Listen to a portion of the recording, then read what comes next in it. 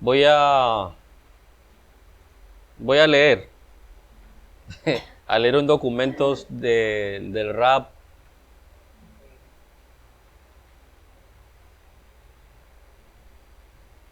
Bill Phillips, él es un discípulo del Rap Bear, del Centro de Kabbalah.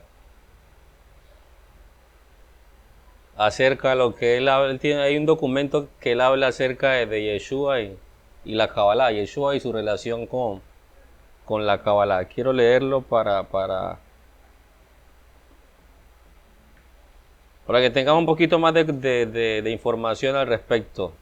Que no somos los únicos que de pronto hablamos de estas cosas, sino que ya rabinos de trayectoria y de muchos años de aprendizaje y de sabiduría hablan también acerca de Yeshua, y no se trata de un tema porque eran cristianos o porque reconocen a Jesús, ¿no? Sino que es un tema que es una realidad que no se puede ocultar. Entonces él dice así en su escrito, voy a leer, si de pronto tengo que explicar algo, lo explico. Dice, el poder de Jesús, dice él, el poder de Jesús y su dominio sobre tan grande segmento de la humanidad se remonta al versículo bíblico en el libro del profeta Zacarías, en el que dice que las naciones gentiles se aferrarán a la prenda de un hombre de Judea y no lo soltarán porque Dios está con él. Entonces Zacarías nos da este informe. Y él menciona aquí a un cabalista, dice el cabalista Rab Moisés David Valle. Explica que este versículo se refiere a Jesús, quien era el Mesías. Estamos hablando de cabalistas judíos, igual que Rab Ber, cabalista judío practicante de la ortodoxia. Quien era el Mesías, hijo de José, quien vino a traer los verdaderos secretos de la Torá, y pone allí el Zohar, a todas las naciones gentiles, porque estaban sufriendo profundamente. Jesús fue enviado para salvarlos de su miseria. Dice, claro, no estaba permitido esparcir la Kabbalah a las masas, porque nunca hubieran podido entender la teoría de la relatividad de Einstein, la física cuántica o incluso la idea de una tierra redonda con 7 continentes. Así que Jesús compartió los secretos del Zohar de la misma manera que lo hace la Torá, mediante historias y parábolas. Esta es la razón por la cual el mismo Jesús dijo que solo a sus discípulos cercanos les hablaría de los misterios, pero que a las masas les hablaría en parábolas. Eso yo ya les enseñaba muchas veces. Y estamos hablando de un rabino de muchos años, estudioso de Torah y Kabbalah, está hablando acerca de Jesús el cabalista o Yeshua el cabalista. He ahí, Jesús dice que sus enseñanzas son parábolas.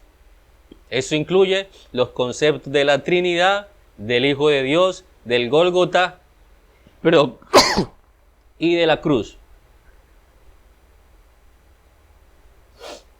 Dice él aquí en su escrito, imagine si Jesús se hubiera llamado Esteban para hablar con respecto a que si Jesús es Dios o no es Dios.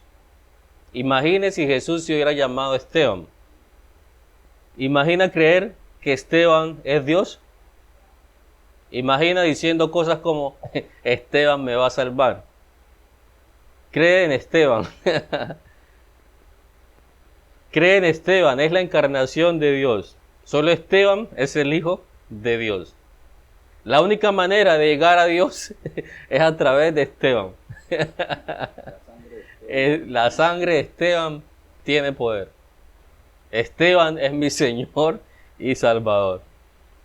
Si esto sucediera hoy, sería visto como idolatría descarada y paganismo. Pero porque su nombre es Jesús y hemos estado condicionados a asociar ese nombre, dice aquí entre paréntesis él, por cierto, Yeshua es su nombre correcto. estamos acostumbrados a asociar este nombre con lo divino, durante más de 20 siglos somos incapaces de ver a Yeshua histórico con objetividad. Pero si solo cambiamos su nombre a Esteban, o Gerardo, o Jaime,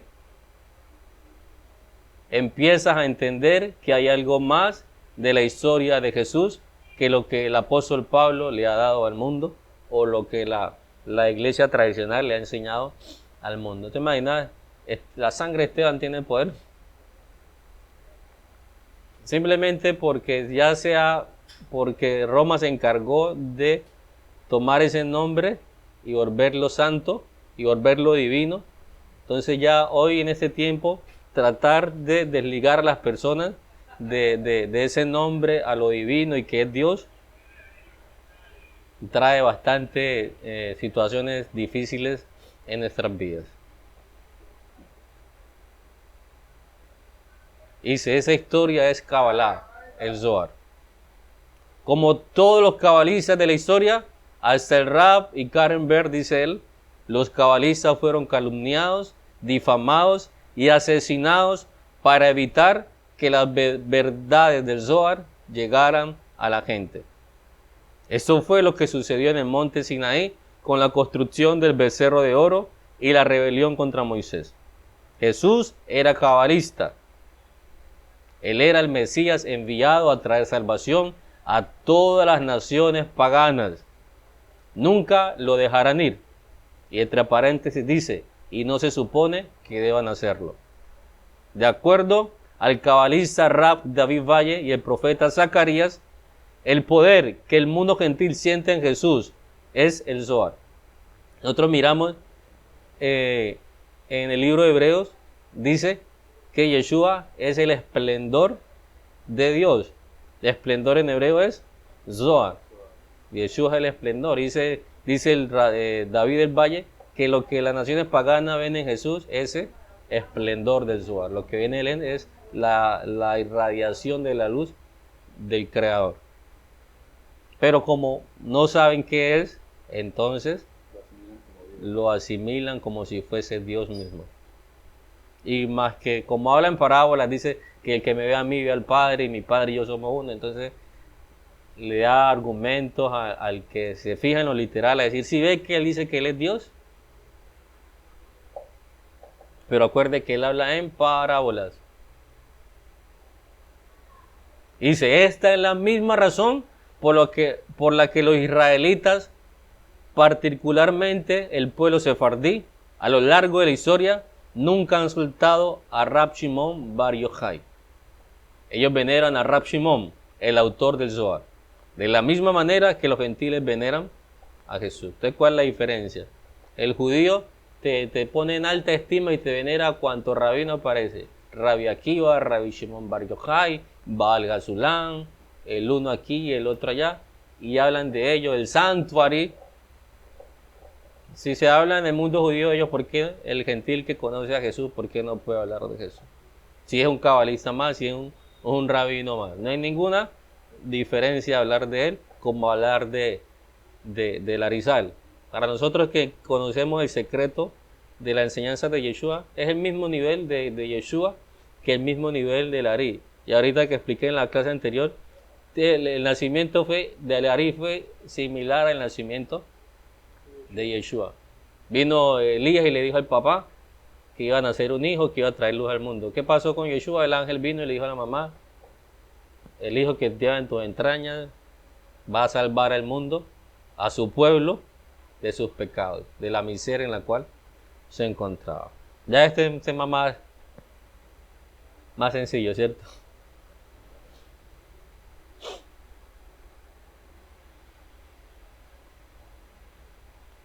Dice, el pueblo sefardí busca la ayuda de Rabbi Shimon Bar Yochai para manifestar milagros, de la misma manera en que los cristianos recorren a Jesús para sus milagros. Esa es la manera como se supone que debía ser. Los secretos del Zohar fueron encubiertos dentro del cristianismo. Esto es importante. Los secretos del Zohar fueron encubiertos dentro del cristianismo.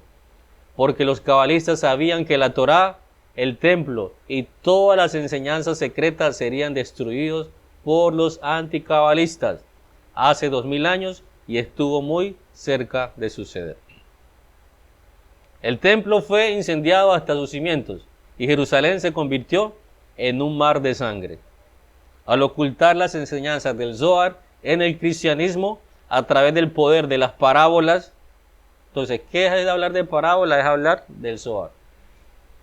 Dios cumplió el decreto de que los israelitas debían ser exiliados a las naciones idólatras por el pecado del becerro de oro y por su ego que los condujo a la destrucción del templo y Jerusalén. Dice él, así es como funciona.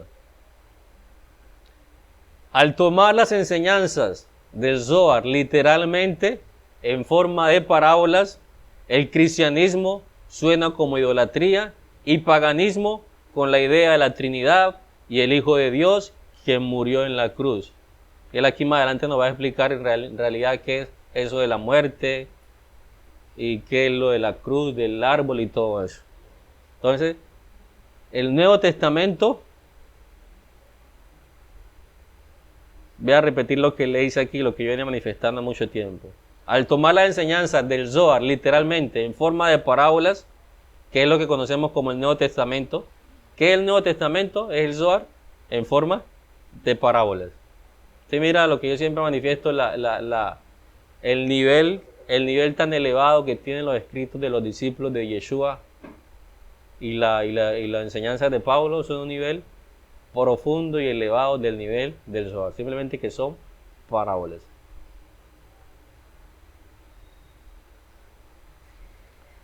Dice, pero cuando es visto con el lente del Zohar, es la Torá. Y pregunta él, ¿cómo? Gólgota y la cruz son las 10 sefirot. Ya veré que el Gólgota es Arij Ampim. La cruz dice que él murió en un árbol, para referirse al árbol de la vida. La cruz son las 10 sefirot. Las 10 dimensiones más altas a las que debemos acceder para resucitar todo lo que ha muerto en nuestras vidas. Ya sea prosperidad, felicidad, un matrimonio o nuestro propio estado mental, emocional. Debemos alcanzar el Gólgota, matando a la influencia del ego. Gólgota es el reino de la Sefirot, las 10 dimensiones altas llamadas el cráneo, que es el lugar también conocido como Atika Kadisha. Eso lo expliqué alguna vez. Atika Kadisha, él habla de Atika Kadisha, que son las 3 letras de Yud-Hei, Vah-Hei. Yud-Hei Vah es el Atika Kadisha. Esa es la fuente de la espiritualidad y el reino desde donde todas las oraciones son contestadas. Es así como resucita la luz que hemos perdido. Pero no puedes enseñar a un pueblo antiguo acerca de múltiples dimensiones y flujo de energía y otros conceptos avanzados. Literalmente. Es difícil hacerlo, incluso en nuestras clases de física en la escuela secundaria. Entonces, para eso se utiliza metáfora. La clase que vimos ahorita un poco compleja, y la mejor manera de enseñar de Moshe fue hablar del esclavo hebreo, de la esclava cananea, del hijo de los esclavos, para poder enseñar estos conceptos que son tan profundos, enseñarlo de una manera muy simple. Pero no podemos quedar con lo simple, tenemos que ir al profundo, que es el que realmente va a trascender nuestra alma. Y dice, con respecto a la idea de que Dios tiene un hijo, ahora sabemos que el Zohar es muy claro respecto a esta idea. Cualquiera que domine la Cábala es llamado el hijo del santo, el hijo de Dios. ¿Quién es hijo de Dios? Aquel que domina la Cábala. Nosotros somos hijos de Dios. ¿Por qué? Porque estamos estudiando Cábala. Dice el que la domina. Dice, y la Trinidad es esencialmente la tríada superior a las 10 sefirot, conocidas como el Padre, Abba, de acuerdo al Zohar. Entonces la Trinidad, estamos hablando Keter, Abba e Ima. Esa es la famosa Trinidad. También la podemos entender como las 3 sefirot de arriba. Ya vemos el mundo del Padre, Keter Homma Binah es el Padre, Zeirampin el Hijo, y Malhut es el Espíritu Santo, Ruach HaKodesh. Malhut es conocido como el Ruach HaKodesh, Malhut es conocido como la Shekhinah, para referirse a la codificación del Espíritu Santo en el Nuevo Testamento. ¿Verdad? Que eso es más profundo de lo que realmente suena tan simple. Dice él aquí, he ahí, justo en el Zohar, el Padre, el Hijo y el Espíritu Santo se refieren a los tres diferentes segmentos del árbol de la vida. Las 10 sefirot, el modelo de realidad. Los cabalistas nos dicen que todo este diseño de utilizar el cristianismo como una parábola fue planeado para darles a los israelitas que asimilaron el cristianismo una línea de vida, un cordón umbilical de regreso a la Torá durante sus 2000 años de exilio. Entonces el puente, nosotros que estamos por acá en este lado occidental, alejados de la realidad de la Torá, el punto de contacto entre la Torá y nosotros fue el cristianismo, por eso pasamos por allí. Allí aprendimos muchas cosas al respecto para luego unirnos nuevamente a la Torá. Esto se hizo para asegurar que no se perdieran y desconectaran de la verdad. Todo ese plan fue también para beneficio de las naciones paganas, para darles una línea de vida de regreso a la verdad, de regreso a la Torá, para que cuando el Mesías realmente viniera, cuando la verdad del Zohar fuera finalmente revelada a todas las naciones, ellos reconocerían las enseñanzas de Jesús y regresarán corriendo a casa hacia la luz del Zohar, la esencia y fuente absoluta de las verdades enseñadas de Jesús.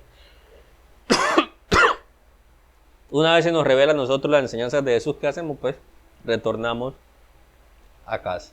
Nos damos cuenta y a medida que comenzamos nuestro proceso de salir del cristianismo a llegar a la Torá, nos damos cuenta que realmente las enseñanzas de Jesús lo que quieren es elevar nuestro nivel espiritual, que a través de su enseñanza podemos conectarnos con las partes superiores de nuestra alma. Entonces dice él aquí que cuando realmente venga el Mesías, cuando viene el Mesías realmente a nosotros, cuando comprendemos las verdades ocultas en la Torá, cuando comprendemos las verdades del Zohar, cuando comprendemos la realidad del mundo, del reino de los cielos que Yeshua le llamó. Es allí cuando el Mesías viene verdaderamente a nosotros. Dice aquí él, los cabalistas incluso explican que los elementos paganos del cristianismo también sirvieron para un propósito positivo. Ayudó a atraer a los paganos a lo largo de la historia y les dio el cordón umbilical a la verdad. Por ejemplo, el Zohar dice que la fuerza de la muerte es lo que mata nuestra felicidad. La fuerza de la muerte es en sí lo que acaba con un matrimonio. La fuerza de la muerte es lo que mata la prosperidad financiera. La fuerza de la muerte es la única causa de caos y dolor. La fuerza de la muerte entra en nuestras vidas a través del ego. Cada vez que reaccionamos con ego, una gota de la fuerza de la muerte entra en nuestras vidas. Cuando son algunas gotas, la vida se vuelve un poco caótica. Conforme aumenta, también aumenta nuestro caos. Cuando la fuerza de la muerte alcanza una masa crítica, sucede la muerte física, emocional y de cualquier otro tipo. La única manera de limpiar la fuerza de la muerte es matando la influencia del ego. O muere la influencia del ego o morimos nosotros. Cuando finalmente acabemos con el control que tiene el ego sobre nosotros, escalando la Sefirot, ascendiendo a reinos espirituales más altos y mediante nuestra transformación paso a paso, alcanzaremos la cima del árbol de la vida, las 10 Sefirot, Gólgota. Y ahora resucitaremos toda la luz que perdimos en nuestro matrimonio, negocios o nuestro estado interno de ser. Entonces, para eso es lo que estamos estudiando Gilgul Neshamot. ¿Para qué? Para ascender en los niveles más altos de espiritualidad.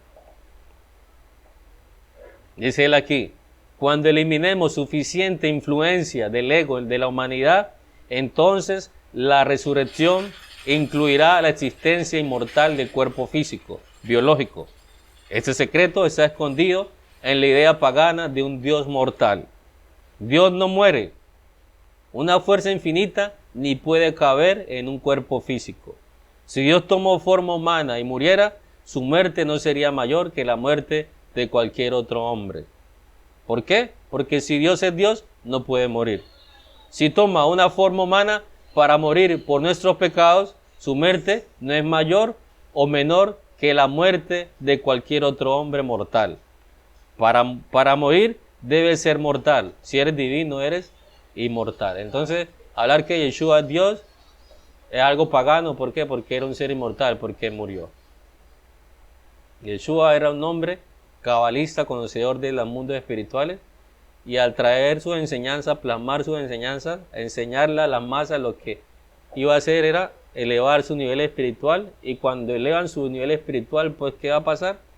Erradicamos el caos de nuestras vidas. Podemos comprender lo que realmente está ocurriendo con cada uno de nosotros. Ese fue el meollo del asunto con Yeshua. Por eso yo siempre le insisto a la gente, quite los lentes griegos y póngase los lentes hebreos y cabalísticos para poder comprender las enseñanzas de Yeshua o Jesús. Conclusión. Cada muerte en el mundo debe ser tan trascendental como la muerte de Jesús. Y es por eso que no valoramos la muerte de una persona anónima o desconocida. Dice aquí, por cierto, la idea de los cabalistas que mueren para limpiar los pecados de su generación también se encuentra en el Zohar y es un principio fundamental de Kabbalah. El cabalista justo sufre dolor para limpiar de sus juicios a sus semejantes. Su muerte expía los pecados de una generación. Es de aquí de donde el cristianismo toma la idea, que la sangre de Esteban nos limpia de pecado. Mire lo que dice este rabino. Jesús fue asesinado, fue colgado de un árbol por intentar compartir Kabbalah y exponer la corrupción del segundo templo. El Nuevo Testamento nos dice en 5 diferentes ocasiones que Jesús fue colgado de un árbol. Gólgota y la cruz son parábolas para las 10 sefirot. Punto, dice aquí. Y termino con eso que dice aquí. Dice él, recientemente le pregunté a un miembro de alto rango del clero de la iglesia, ¿por qué el Nuevo Testamento dice que Jesús fue colgado en un árbol? Y el del clero le respondió lo siguiente, me dijo que era un código y parábola.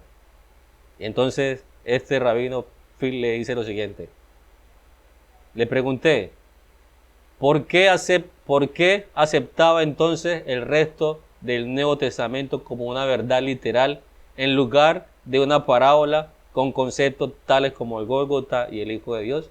Entonces le pregunta a él por algo respecto al árbol, dice que es una parábola. Entonces este le responde, ¿y por qué toma la otra enseñanza de forma literal?